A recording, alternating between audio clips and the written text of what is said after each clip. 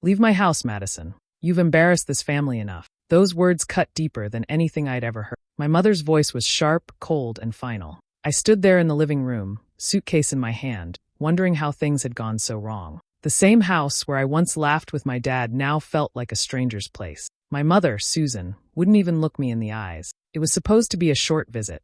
I had flown back home after years away, hoping to reconnect, maybe share a meal and some stories. I hadn't been around since my dad's passing, and part of me wanted to feel that sense of home again. But instead of warmth, I found walls. My mother's smile was tight, her tone distant. My brother Ethan didn't even bother to say hello. It felt like I'd walked into someone else's house, not the one I grew up in. She didn't know who I'd become. She still saw the girl who dropped out of college, the one who once borrowed money and came home crying when things didn't work out. I never told her what I built afterward. I never mentioned the nights I worked until sunrise or how I built a company from a small apartment with one old laptop. To her, I was still a disappointment. That night, when she told me to leave, I didn't argue. I could have told her everything, about my company, about how I'd made more money than our whole family combined, but I didn't. I just stood there, silent, trying not to let her see the pain in my face. She thought she was ending a problem. What she didn't know was that she was ending the last piece of family I was holding on to. I walked out quietly. The air outside was cold, and I could feel tears burning behind my eyes, but I refused to let them fall. I looked back once, just once, at the house I'd called home for 28 years. It didn't look the same. The porch light flickered, and I remembered how my dad used to fix it every Sunday. Now it was just another broken thing in that house. I sat in my car for a long time, staring at the steering wheel, trying to understand how a mother could look at her own child with so much anger. I had spent years wanting to make her proud. I had thought maybe, when she saw me again, things would be different. But they weren't. As I drove away, I promised myself one thing: I wouldn't look back. Not until I had nothing left to prove. Not until the pain stopped feeling like rejection and started feeling like freedom. I didn't know then what the future held, but something in me changed that night. I wasn't just leaving her house. I was leaving behind every bit of doubt she'd ever planted in me. It was the start of something new, even if it didn't feel that way. Growing up, I always knew my mother loved Ethan more. She never said it out loud, but I felt it in everything she did. When he scored well in school, she threw a party. When I brought home good grades, she barely looked up from her magazine. He was her pride, her perfect boy, and I was the girl who was too sensitive, too emotional, or too much. I tried to earn her approval, but no matter what I did, it was never enough. Ethan could do no wrong. Even when he messed up, Mom found a way to excuse it.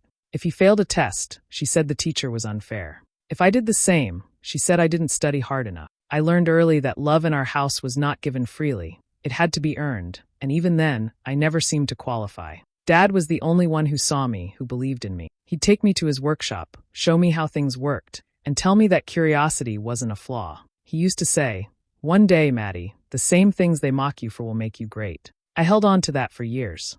When I told Mom I wanted to drop out of college to start my own company, she acted like I'd committed a crime. "You're throwing your life away," she said, her voice full of disgust. "You'll end up broke and alone." She told me to stop dreaming and start being realistic like Ethan, who had a safe job in accounting. I tried to explain what I was building, how excited I was about my idea, but she cut me off every time. "You're not cut out for business," she said. "You're just chasing fantasies." After I left, the silence between us grew. She never called to ask how I was doing. Not once.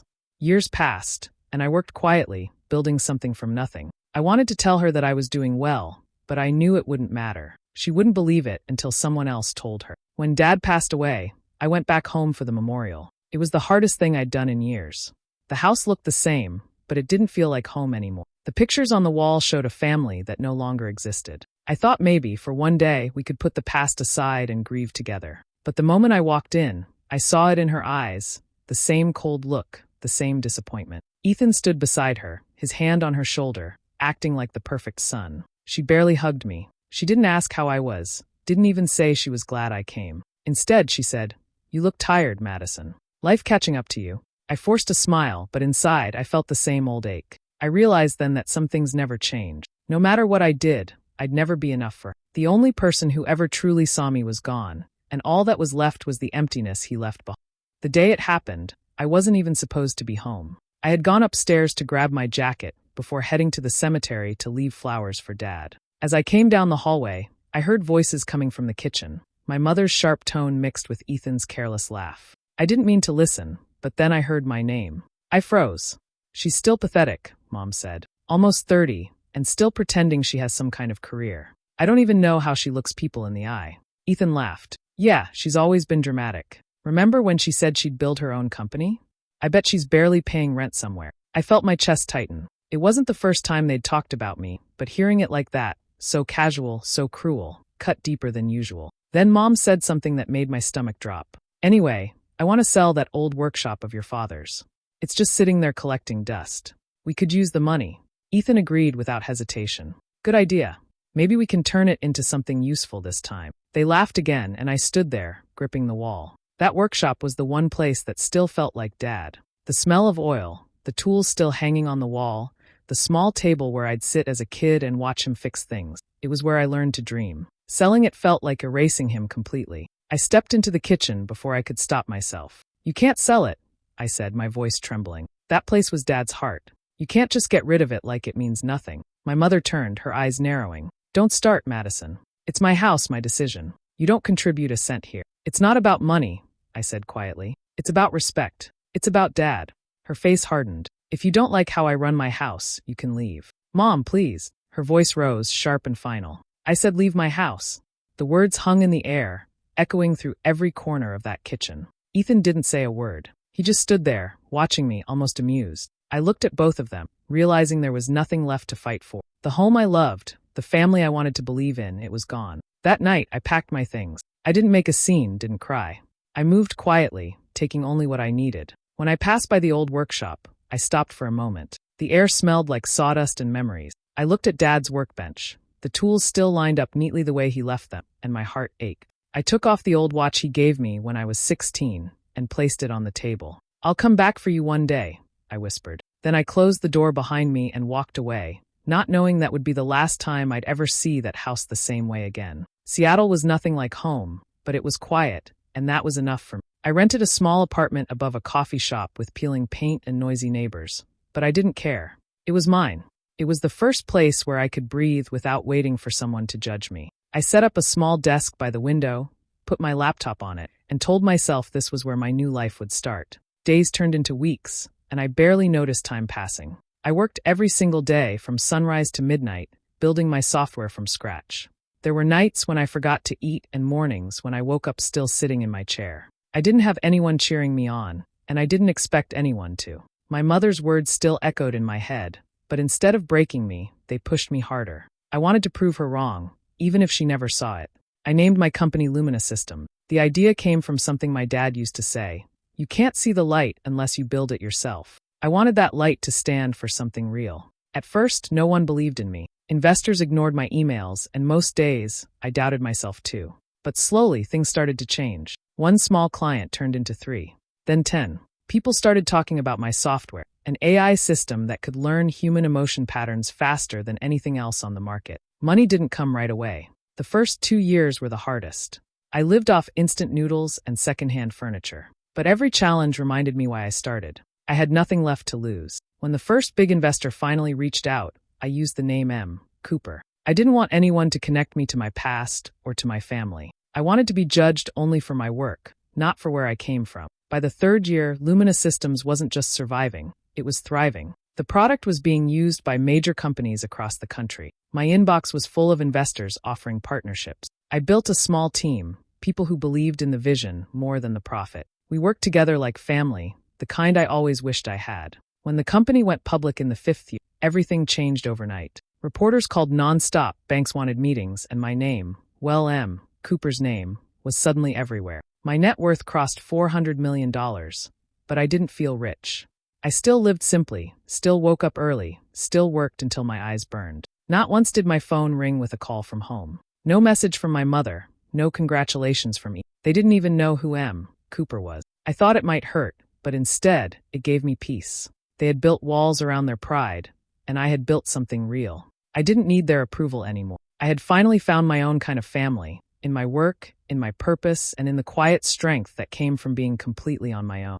The envelope arrived on a quiet Monday morning. I almost threw it away, thinking it was another business letter, but when I saw the handwriting, my hands froze. It was my mother's, neat, sharp, and familiar. I opened it slowly, and a gold-edged wedding invitation slipped out. My brother Ethan was getting married. For a long moment, I just stared at the card, reading the words over and over. It felt strange seeing his name printed in fancy letters, surrounded by floral design. Beneath it, the bride's name was written in cursive, Claire Bennett. I remembered her instantly. Claire was the girl Ethan dated in college, the one who laughed at me years ago when I told her about my dream of building a company. "You, a businesswoman?"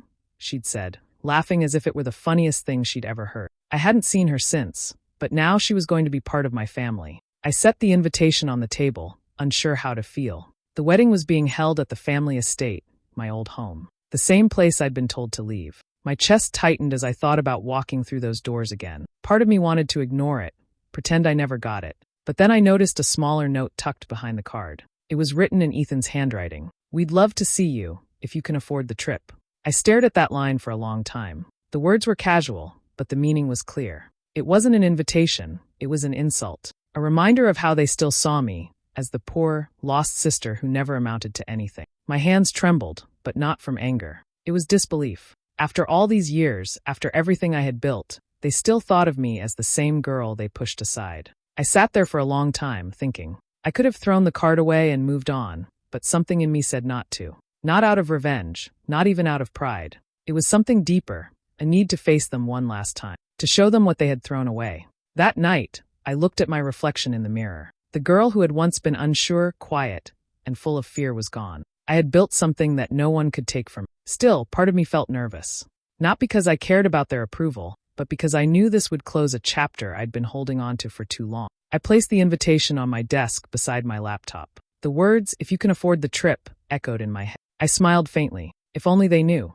The house they once threw me out of, the house I had cried over, was just another property now. And soon, they would realize that the girl they had dismissed was no longer standing outside their door, begging to be let in. She was walking in on her own terms. The day of the wedding came with soft rain and gray skies. As the limousine rolled down the familiar road toward the estate, I felt a strange calm inside me. The same driveway I once walked down with a suitcase in my hand now stretched out before me, lined with white roses and shining cars. I had been away for years, but nothing about the house had changed. The tall iron gates, the stone walls, the fountain Dad built before he passed. Everything looked the same, yet it all felt so different. The driver stopped in front of the main entrance. I took a slow breath and stepped out. The sound of my heels against the driveway echoed louder than I expected. Guests turned their heads, curious, whispering to each other as they tried to figure out who I was. My black limousine and simple, elegant dress stood out among the crowd, but no one recognized. Not yet. Inside, the house was filled with laughter, music, and the smell of expensive perfume. I walked in quietly, taking it all in. There were pictures of Ethan and Claire on every wall, smiling, holding hands, perfect. For a moment, I wondered if I'd made a mistake coming here. Then I saw her, my mother, standing by the staircase, greeting guests with her usual proud smile. She turned toward me, ready to welcome another guest, but the moment her eyes met mine, her face went pale. The smile vanished. For a few seconds, she didn't say a word. Her hand, which had been holding a glass of champagne, trembled slightly. "Madison?" she finally whispered, almost as if she didn't believe what she was seeing. I smiled gently. "It's just Ms. Cooper now." Her lips parted, but no words came out. The silence stretched between us until Ethan appeared beside her, holding Claire's hand. When he saw me, he froze, his expression caught somewhere between confusion and disbelief. Claire looked at me up and down, her eyes narrowing like she was trying to place a face she should have remembered. I stood tall, calm and composed. My clothes, my posture, even my voice. Everything about me was different now. Gone was the timid girl who had once begged to be seen. The woman standing before them didn't need their approval. "Madison," Ethan said slowly, forcing a smile. You actually came." "I was invited," I said softly, "and I could afford the trip." For a moment, no one spoke. My mother tried to recover her poise, straightening her dress, pretending nothing was wrong, but the look in her eyes gave her away. She wasn't sure how to talk to me anymore. I wasn't someone she could scold or control. Guests began to whisper as they realized who I was. My mother stepped aside, and I walked past her toward the main hall. The chandeliers glowed above me, and the sound of quiet music filled the air. I didn't come for revenge. I came for closure. But as I looked at their faces, I knew one thing: they would never see me the same way again. The wedding reception was bright and noisy, full of people laughing, drinking, and showing off their expensive clothes. I sat quietly at one of the back tables, watching everything unfold. My assistant, Ava, stood nearby, checking her phone and making sure everything was in order. A few of my security staff waited outside, dressed in plain black suits, blending in with the rest of the guests. I hadn't planned to arrive with them, but my company insisted. "You're too valuable to travel alone," they said. I didn't argue. At first, no one knew who I was. People kept glancing my way, whispering behind their glasses. I could feel their curiosity. A few came up to me to ask where I was from or who invited me. I just smiled and gave polite answers. I didn't mention my full name. The less they knew, the better. Ethan and Claire made their grand entrance, holding hands and grinning as everyone clapped.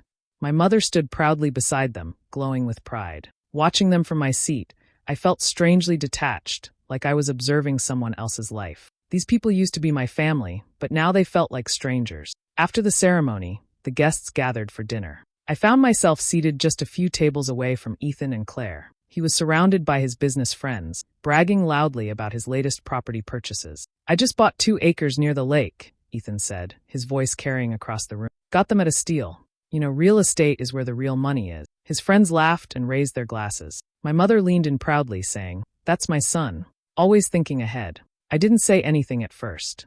I wasn't here to compete. But then Ethan's eyes met mine. He smirked slightly, that same smug look he used to give me when we were kids. "So, Madison," he said, pretending to sound friendly, "you still doing that tech thing?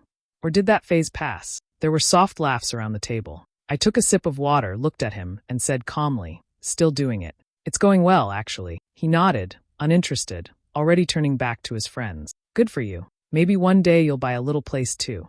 I set down my glass and said casually, "Funny you mention that. I recently bought a large piece of land nearby, actually, under this very estate." The room went quiet. A few people stopped eating. Ethan frowned, confused. "What do you mean?" I looked at him, then at my mother, who was frozen, her fork halfway to her mouth. "The land this house sits on," I said softly. "It's mine now." My mother let out a shaky laugh. "Oh, Madison, that's a good one," she said, her voice trembling slightly. "You always had a wild imagination." I smiled politely. "It's not a joke. The deal closed last month." Silence filled the table. Ethan's smile vanished. My mother's face turned pale. Around us, whispers started spreading again, this time louder, sharper, and full of shock. I picked up my glass and took another sip, pretending not to notice. I didn't need to prove anything else. The truth had already spoken for me. The silence in the room was heavy. Every eye was on me, waiting for someone to speak. My mother's nervous laugh had faded, and Ethan's confident grin was gone. He looked like he was trying to figure out if I was bluffing. The tension spread quickly through the tables, people whispering and staring, unsure if they were witnessing a family joke or something much bigger. I took a slow breath and stood up. My chair scraped lightly against the marble floor, the sound echoing louder than it should have. "Since everyone seems curious," I said calmly, "maybe I should clear a few things up." Ethan tried to regain his composure. "All right, Madison, enough of the games. What are you talking about? You can't possibly own this land." I met his eyes. "I can. And I do." I nodded to Ava, who handed me a small envelope. Inside it was a printed copy of the deed transfer, sealed and signed. I placed it gently on the table in front of my mother. "I bought it back," I said softly. "You told me to leave your house, Mom. So I did. But now it's mine, and I'm asking you to leave my house." My mother stared at the papers, her face draining of color. "You're lying," she whispered. "This can't be true." "It's true," I said. "Check the signature." Ethan snatched the papers, scanning them quickly. His voice cracked. You bought it through Lumina Holdings? That's the company that bought out my firm last month." I looked at him and nodded once. "Yes. Lumina Systems. My company." He froze. "Wait, your company? You mean?" "Yes," I said. "I'm the CEO and founder." Gasps rippled through the room. Even the band at the corner stopped playing for a moment. People who had ignored me all evening were now staring like they'd never seen me before. My mother's hand shook as she reached for the glass in front of her, her lips trembling. You're Lumina?" she said weakly. "But they said the founder was M. Cooper." "That's me," I said quietly. I didn't want anyone to know, especially not family. The room felt smaller now, heavy with disbelief. My mother looked at me as if seeing me for the first time. Ethan's face turned red with humiliation, and Claire avoided eye contact completely. "I didn't come here to embarrass anyone," I said softly, my voice steady. "I just wanted to return what mattered most to Dad. His home. The one place that should have been treated with love, not grief." My mother blinked hard, her eyes filling with tears. "Madison, please." I shook my head gently. "It's too late, Mom. You made your choice years ago." I turned away from the table, feeling the weight lift off my shoulders. For the first time in years, I didn't feel small. I didn't feel angry. I just felt free. The house that once pushed me out now belonged to me, and for once, I didn't need anyone's permission to walk through its doors, or to walk away. For a long moment, no one moved. The room was quiet except for the soft sound of the rain hitting the windows. My mother stared at the deed on the table, her lips trembling. Ethan stood frozen beside her, his jaw tight, his pride collapsing right in front of everyone. Guests shifted uncomfortably, pretending to look elsewhere, but their curiosity kept their eyes glued to us. It was the kind of silence that carried more weight than shouting ever could. Then suddenly, Ethan slammed his glass down, his voice sharp and full of anger. "You think this makes you better than us?" he said. "You think buying a house makes you family again?" I looked at him calmly. "No, Ethan," I said. "I stopped trying to be family a long time ago." He glared at me, his face red. "You just wanted to humiliate us. That's all this was." Before I could answer, my mother reached for his arm. "Ethan, stop," she whispered, tears finally falling from her eyes. But he pulled away and stormed out of the hall, pushing past the guests. The doors slammed shut behind him, leaving a heavy silence in his wake. I turned back to my mother. She looked smaller than I remembered, like the years of pride and anger had finally caught up to her. Her hands shook as she reached out toward me. "Madison," she said, her voice cracking. "I didn't know.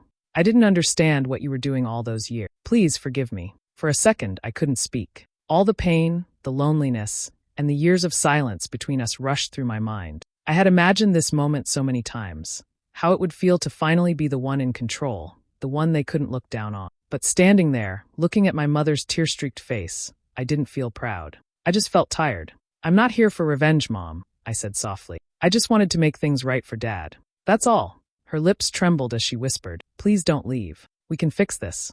We can start over." I smiled faintly and shook my head. "Dad used to tell me that home isn't where you live, it's where you're loved." I finally understand what he meant. Her tears fell harder as I reached into my bag and pulled out a small silver keychain. It was the key to the house. I placed it gently on the dining table beside the deed. "I'm leaving it here," I said quietly. "You can keep the house, Mom. I don't need it anymore." She looked up, confused. "But it's yours now." I nodded. "I know.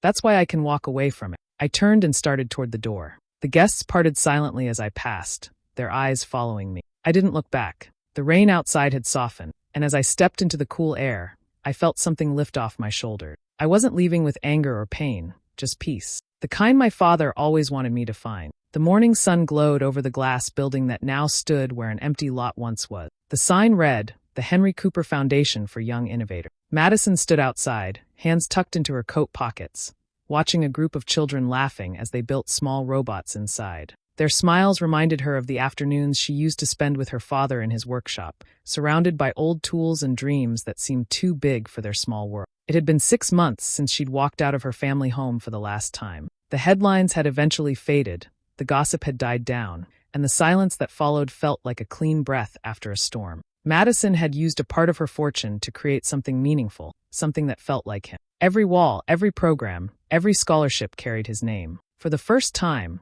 she felt like she had finally brought her father's dream to life. Her assistant came out holding a few envelopes. "These arrived for you this morning," she said softly, handing them over. Madison flipped through them. Letters from schools, thank you notes from children, invitations from tech conferences. But one envelope stood out.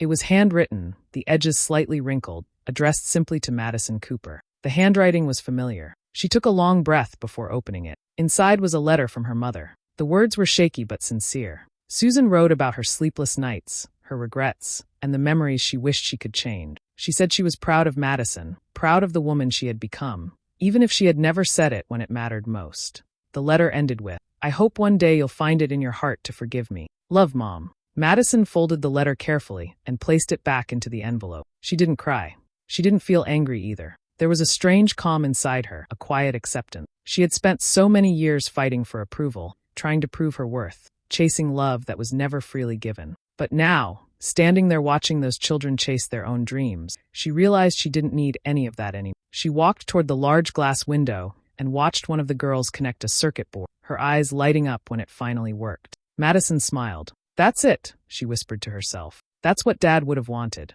Her driver came up behind her and asked, "Are you ready to head back to the city, Ms. Cooper?" Madison nodded slowly. "In a minute." She looked around one last time, the bright building, the laughter, the life growing from pain. Then she said quietly, almost to herself, "Sometimes the best revenge isn't proving people wrong. It's finding peace and walking away richer in every way." With that, she turned toward her car. The wind carried her father's memory like a whisper, soft and proud. For the first time in her life, Madison Cooper wasn't running from her past. She was walking toward her future.